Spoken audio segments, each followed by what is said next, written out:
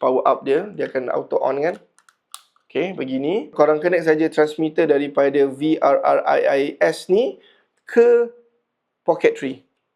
Okay, dia dah dibuat cantik dah tu.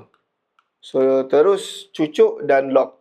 Bateri ni juga boleh jadi charge. Okay, simple je. Korang on dan dia akan tanya webcam. So, korang tekan dekat webcam. Terus jadi. So, dekat bawah ni dia dah tulis dah. Webcam 1080p.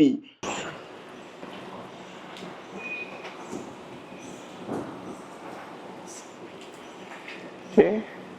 So, kita boleh selfie. Dia dah tulis receiver dah kosong. Maksudnya dah lost connection lah. Bagus. Okay, sampai dekat sini dia connected balik. So, dia dah pergi. Dia dah receiver tu dah pergi satu. So, sampai sini saja.